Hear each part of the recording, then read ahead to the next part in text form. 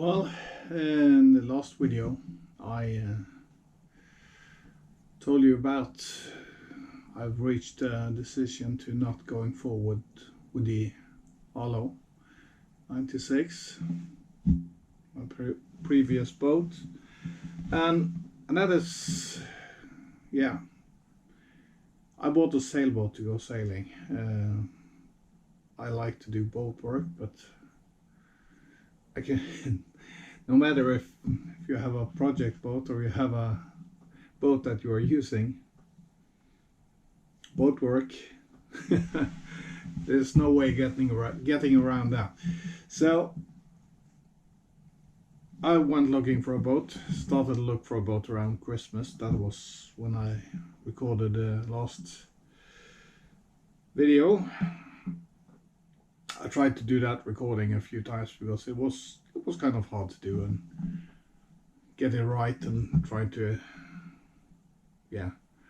explain everything well enough so you wouldn't be sitting there with a lot of questions.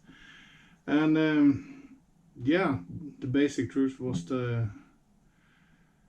I had foreseen issues with the boat. I knew I bought a boat with a lot of potential for problems, but I bought it at a price that I didn't have to worry about it. If I found something that I didn't want to tackle, I could just end it and buy a different boat. But I needed to buy a sailboat to see if I liked sailing, and for that purpose that boat served me well. It was a wonderful boat to sail. Could sail it and steer it and control it in light winds, and it was comfortable in a little bit more wind. I have been in a bit rougher weather than you have seen me sailing that boat, but that was with friends and so on, and I don't shoot video when I have other people on board. Actually, this channel is it's pretty much unknown to everybody that knows me. So there's a few selected people that I care a lot about that knows of this channel. And I guess there is a few people that has heard that I have a YouTube channel, but I don't really know what it's about. But yeah, so that is the way it is. So I went looking for a boat. I realized that the most sensible thing for me to do was to call it quits and buy a boat that could enable me to do what I want to do, and that is explore the Norwegian coast first and foremost, because there is a lot of nice places along this coast, and there is a few other YouTube channels being to Norway in the later years, but yeah, they don't even scratch the surface. So I really would like to show you what the Norwegian coast and community and the life in Norway really is about. Some history, and I don't mean history like in the history books, but history in the local places, what I've been doing there and so on. So that's what I want to spend most of my time doing, and in the summertime that's what I'm going to do. I'm going to sail around the Norwegian coast. So this summer I'm taking this boat and I'm sailing it from the Bergen area, and I'm going north, I guess as far north as perhaps Florø, and next year I'm gonna skip this area of the coast, and I'm gonna go straight to Florø and pick up where I left off and keep going. So yeah, so what's up now? This weekend I've been down at the boat. I've just secured a deal. I had it lifted from the water a few weeks ago and expected the underwater hull and so on, and sealed the agreed on the contract and price and paid the boat, and everything is squared off, and it's my boat now. So now I'm going home. I'm going to work for 1 week, and then I have a week off, and that is nice. Then I'm going back down here where the boat is located, and I'm going to sail the boat home. So I guess when this video is released, I am somewhere along the Norwegian coast heading to Bergen, and I'm going to record this trip. I could do the trip in, I guess, like 15-16 hours if I really wanted to, but having a week off and a sailboat and no other plans, I'm going to make the most of this week. And I'm not going to Bergen yet. I don't really plan on going to Bergen, but I live nearby Bergen, and that's where I'm going to keep my boat. But the fjord in there is frozen still, so I can't get in there. So I'm going to go into where I used to live, into Hardanger, and I'm going to lay up the boat in the harbor there. We'll see when we get there where I'll place the boat, and then it's going to sit there until Easter, and then I'm going to spend my Easter holidays sailing the complete length of the Hardangerfjord. I hope, if the weather is with me. That is a goal that I have set myself. There's high mountains there, and there is winds that is really unpredictable, and can be a bit tricky, especially for a novice like me that is not that skilled in sailing. I'm working on my skills and trying to get better at it. So yeah, so that is the plan. And now you're probably wondering, what kind of boat has this guy bought now? And this is a step up from the Arlo 96. It is also a step up financially. So I basically put my life savings into this boat, and then some. I have a few other boats with my name on it that I own, that I've used later years, that I don't have any use for anymore. So I'm gonna have a bit of a garage sale, I guess, and the Arlo is going to be chopped into pieces and all the equipment sold, and then that is gonna pay for this boat. So then yeah, that is how I came up with a financial scheme to secure this boat. It's not a really expensive boat, but I think a boat shouldn't break your economy. They're expensive enough to run. So yeah, for those who have deep pockets, buy big brand new expensive boats, but I don't, so I have to be a bit sensible about it. But I guess this is what I figured I could spend on a boat. And it's not in perfect condition. It is the guy that I bought this boat from bought it brand new in 1995. I guess he got it delivered 1996. And he has had the boat since then. So he is the only owner of this boat, and he has taken well care of it. He's a keen sailor, and he has been using it for regatta sailing, and he has been doing well. So I guess he was hoping to sell this boat to a new sailor that would keep racing this boat, because he has put some money in new sails and so on. I'm not going to put the brand new sails on this boat, because when I take the boat home, I'm not in a hurry, and I'm going to be tacking back and forth inside fjords and so on. And I'm gonna be reefing and hoisting and reefing and hoisting, I guess. That's the name of the game in the fjords, because you get the fluky winds in there. And it is likely that I'm gonna make a mistake somehow and rip a sail or something. I guess I just have to face it. I'm not. I have a lot to learn about sailing, so please give me all the tips and tricks and every advice you can give me. Leave a comment. If you feel you have to be a bit strong-worded about it because you think I'm doing stuff really badly, that's also okay, because I need to know. I need to get some feedback and some helpful knowledge. So I appreciate that, whatever you send me.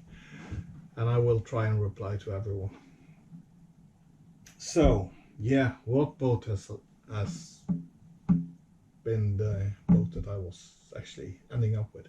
There's actually just two boats that I looked at. One was a Trientella Mark IV, and that has been a favorite boat of mine for a long time. But in Norway, there's only two of them.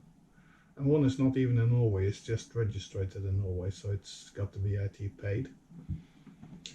And that's for sale, but it's located in Turkey or something, and I don't plan on going to the Mediterranean anytime soon. So, and the other boat came up for sale around Christmas, and I went looking for this boat, and I asked a bit of money for it, and I figured, this is a tricky boat to sell, and I must know that this is financially, I can sell it if I have to, or if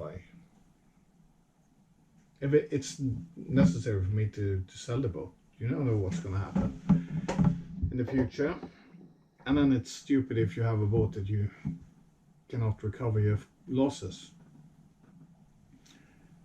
So I put in an offer. It was accepted, but they wouldn't take the boat off the market for this. They would hang on and wait, see if anyone would pay more for it, and I wouldn't pay more for it. I figured I had already gone over the market price, so I cancelled my bid on the boat.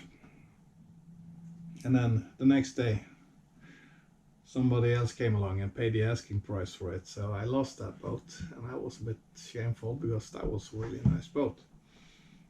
And yeah, I was kicking myself a little bit over that one, but that's the way it is. I still think this is a better boat because, yeah, it's more room inside. It's very capable. It's easier to sail, I guess. But it has some drawbacks compared to it, but this is a more modern boat. So I had to go look for a boat again. And I had one condition that I would not compromise. I wanted a lead keel on the boat. I didn't want ballast of any other material than lead, either encapsulated or a bolt-on fin keel. So that was a primary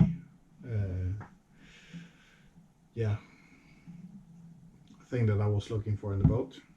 I needed to have standing headroom, about 1.80 meters, so that's not too difficult to find, and in rather good condition. And I was looking for a boat that was not upgraded.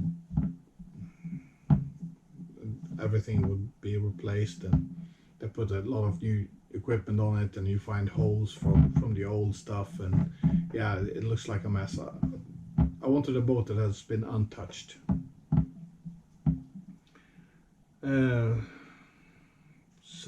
Because if I'm gonna change something on the boat, I want to do it because I'm a bit picky. So yeah, so I found this boat. It was even more expensive than the Trientella, and I went to look at this boat. The pictures didn't look that great, And honestly, the boat needs a bit of a shining, but it's in good condition. And a good wash and a polish, and it should shine up nicely, because the previous owner has had his boat for 25 years, and I think he's gonna turn 80 sometime in May, I think. And so of course, when you get this age, keeping up the maintenance and polish and so on is difficult. I guess it's hard to see when everything is good and nice and so on, and these things starts to show, but still they've been keeping this boat rather well. So I'm gonna tell you which boat this is now. I'm gonna go outside and I'm gonna have a look at it. So here is the boat. It is a Bavaria 41 exclusive is the version of it, and it is rather nice. This has gotten a fractional rig, and it does not have a furling head sail. This has a standard normal head sail, and it's a big boat. So this is what it looked like. We have left the boom down, because when we hoisted the boat, we disconnected the backstay, because this is a fractional rig, so the mast stands perfectly with the side shrouds and the forestay attached. So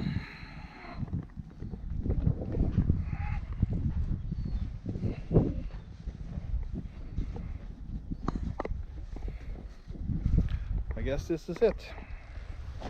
Bavaria 41 exclusive, and it's a nice boat. The one thing that is gonna need replacing rather soon is the enclosure over the cockpit. That is a bit torn, but it's still okay. All the lines is drawn back to the cockpit. I can go inside because of the wind.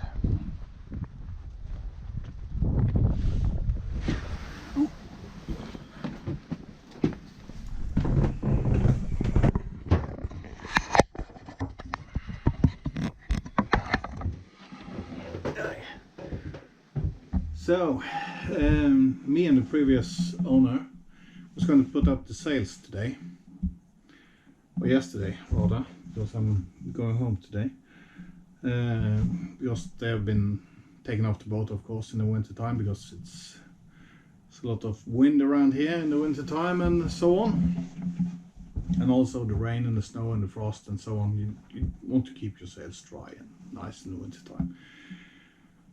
So we brought the sails to the boat, and that is the oldest sails. That is, no, the furling Genoa is actually not that old, because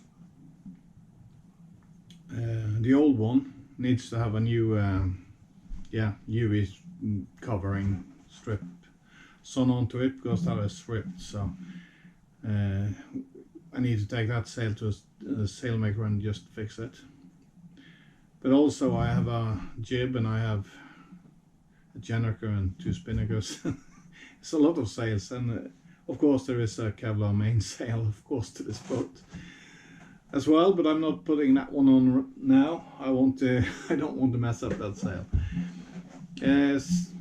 But yesterday it was blowing like stink around here. It was really windy, and then it came down in the afternoon, but then we had already decided that we're going to do this next weekend when I come to pick up the boat.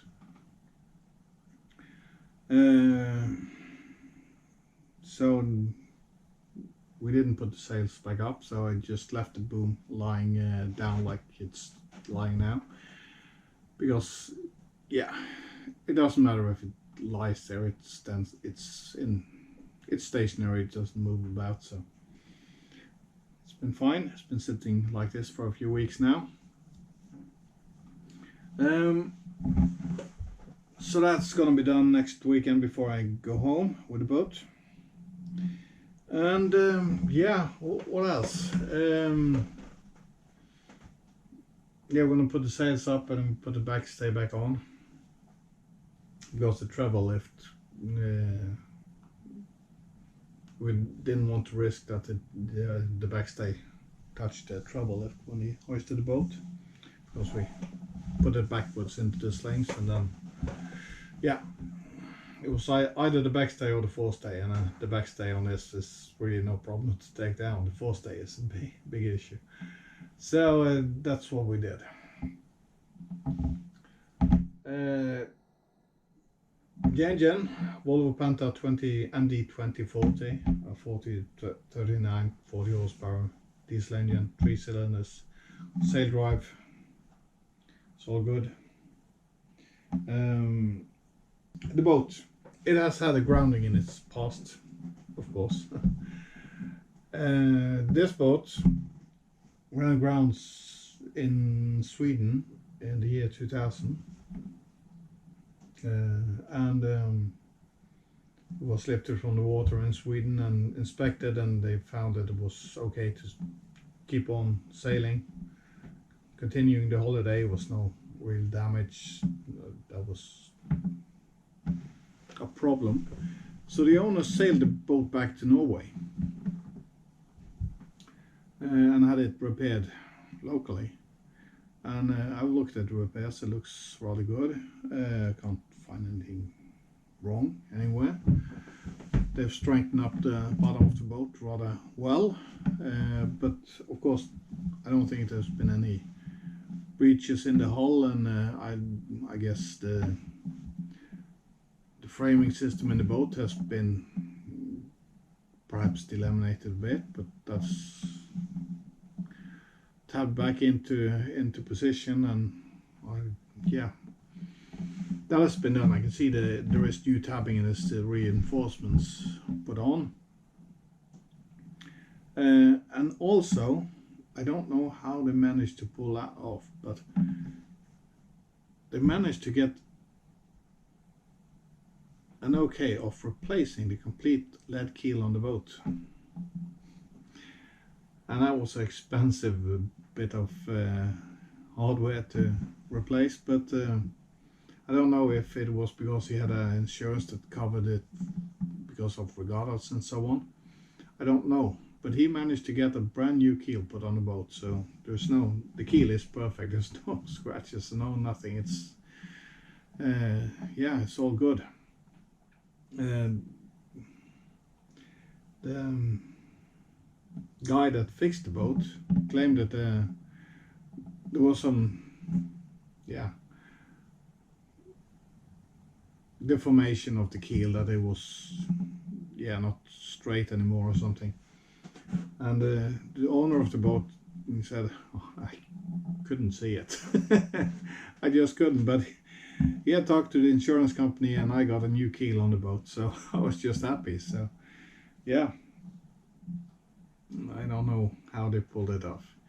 I guess the company that repaired the boat, if they could keep the scrap keel, that's 3 tons of lead, I guess that is worth a bit, so I don't know, that's just speculations. But the upside is there was put a brand new keel on the boat, so it has no dents, there's no scratches, it's been perfect. And it looks all good. I inspected this when the boat was out of the water. I also just barely managed to drain the oil from the sail drive, just to inspect if there was any water in the oil. It wasn't. I put new gaskets on the drain plug and plugged the hole again and put some new oil in. Inspected the anodes, was good. The anode on the prop, there's a folding prop on this boat. It's a Flexifold prop. That anode is gonna need replacing. I guess it's good for one more season, but that was not looking great. Otherwise, everything was perfect. The hull of this boat, a few yeah, some time ago.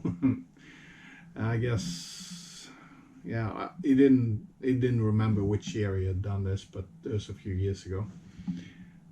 He had his bottom of the boat cleaned from bottom paint with, I guess they use baking soda or something to blast off the old anti-fouling, because he's been racing this boat, and when you get a build-up over 20 years of soft sacrificial bottom paint, it starts to build up quite a bit and it gets uneven and so on. So he had it blasted clean for anti-fouling, and he primed the hull with a epoxy primer and so on. There was no osmosis on the boat, but he wanted to get the bottom slick and smooth again. And then he put VC17 bottom paint on the boat. So the underwater side of the boat is it's slick as a baby's butt. So that's really good. And last year he replaced the bushing in the rudder stock, because that is a problem on Bavaria. The aluminium housing that this nylon bushing sits in is starting to corrode a little bit, and that pushes the bushing onto the rudder stock, and it all jams up. So that was new last summer, and he has kept the boat in good condition. All the electronics on the boat is the original stuff. It's auto helm, so it's former Raymarine stuff. Auto helm became Raymarine. I guess it was Raytheon before that. So it has, yeah, so it's equipped okay. It doesn't have a char plotter. That's so good. I don't mind. I used for the cruising along the coast, I used to use my phone, and I also have paper charts. I will put in a char plotter at some point when I'm starting to go on longer passages. I guess I will do that, but as long as I'm coastal cruising, I don't see the needs for it. And this is technology that is evolving quite quickly, so the equipment gets old really fast. So I figured it's better to wait. As long as I don't need it, I don't think I should put it on the boat. I can do whatever I have to do with the equipment that I have. So now I'm going to replace the battery in the camera, and we're going to have a look around the boat. Here we have the view from the nav station. So this is the saloon. This is the galley. It's a rather long and solid galley. I like the small settee bit here. It's good to have something behind you when you're cooking, so you can brace yourself against this one. So there's a latch on it. Underneath the storage space, so I have a lot of tools and so on down there. Behind this pillow cover, I guess there is a television, and yeah, we have some cupboards and floodlights and yeah, hatches and so on. So yeah, I think it's nice. I figured I could use the phone, because I tried to record this with a GoPro and it was just too dark. But this good old phone keeps the light level really okay. So everything looks to be in good condition. We've used the stove, works well, it's gimbaled, it's new propane hoses all over, everything has been replaced. Yeah, and fridge down here, it's all good. Storage everywhere, of course. And the master cabin up front. And Also here I have standing headroom. Plenty of it. Oh, focus there. So it's a hanging locker on this side. This is, yeah, it's a Bavaria. This is the inner hull, and that is covered with brown gel coat. And then they put this, yeah, cabin sole, cheap hard stuff, but it looks okay. It's all good. You don't wear through it. It's really durable, and that's probably the best thing about it, I think. Some storage in front of the wee berth. This is the area between the wee berth and the anchor locker that's further forward. It's a big hatch over the sleeping area, and of course there is another hatch down here. There is a separate toilet for the front cabin. I'm put up some gear in here, just hanging this in this area because, yeah, I don't use this head anyway. It's manual toilets. That's all good. So yeah, if we go further up, we have two aft cabins. I have put all of the mattresses and so on suspended, so yeah, everything is vented well when I'm not at the boat. I've been working a little bit on the engine today because I found a problem with the fuel line, and the previous owner replaced the fuel filter and serviced the engine, but they've been unfortunate and putting two washers on one side of banjo connection and the one on the other side. It wasn't leaking, but yeah, I figured I would correct the mistake. But this sound insulation in the engine room, this stuff keeps falling off, and it looks like this on the floor after you've been working in here. But this is the engine. So okay, engine room, I guess, because it's a 3-cylinder engine. There's plenty of space in here. So yeah, it's all good.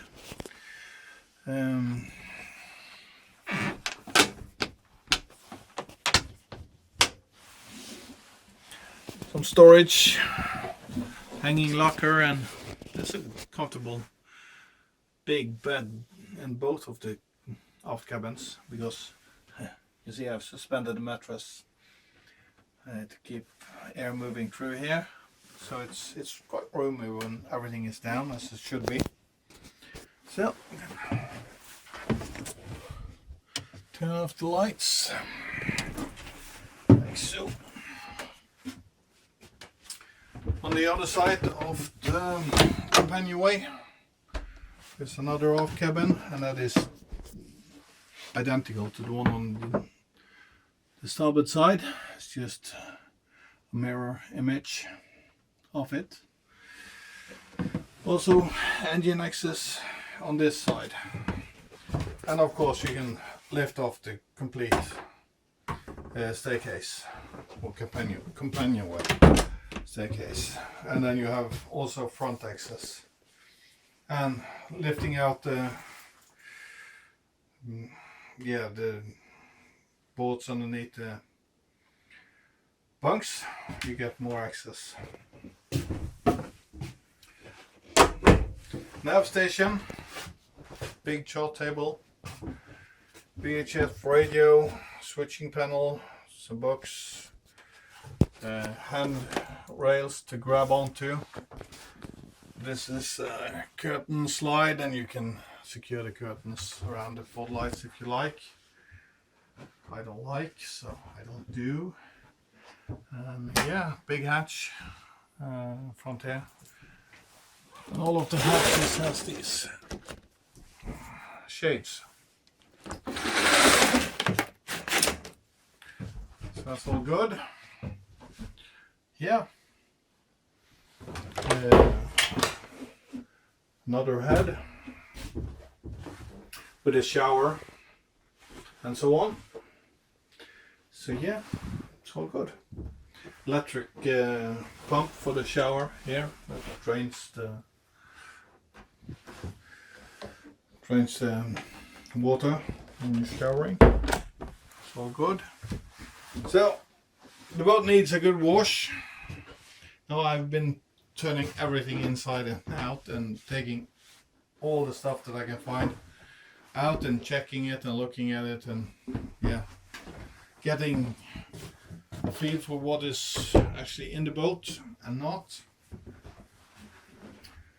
Batteries under here, heater from the engine cooling system to heat up the boat when you're motoring is located under the middle of the cabin here, and the storage space in front. Keep all my tools down under the small settee. And yeah, that's about it. We can look at the carpet.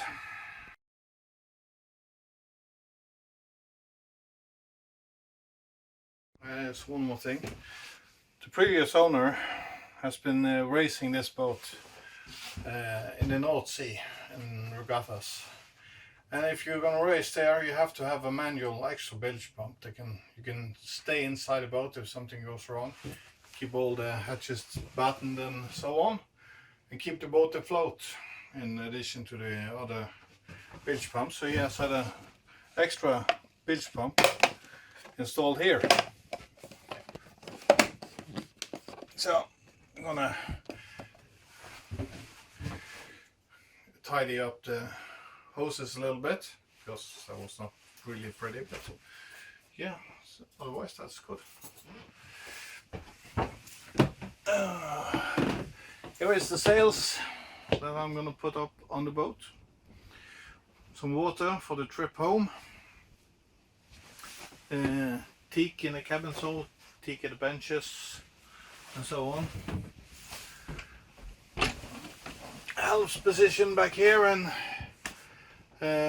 propane locker in the stern of the boat, and a swim platform on the outside. So that's the basic layout. I guess you will all get to look more at the boat later on as I start using it. Electronics, old school, still works, it's all good. Here we have a fold up table if you choose to sit outside on a summer's evening. And yeah, all the lines is pulled back to the cockpit, so you can do your reefing, you can do everything from here. 2 winches here for the head sail, reefs, whatever. 2 big winches here for the Genoa, I guess. And here's these winches on the back here for spinnaker sailing. I am thinking about installing a German mainsheet system, and that would be really good with these winches then. So we'll see. I don't know if I'm going to do that, but I've looked at the system and I've talked a bit to Patrick Lane about it, and he recommends it, so we'll see.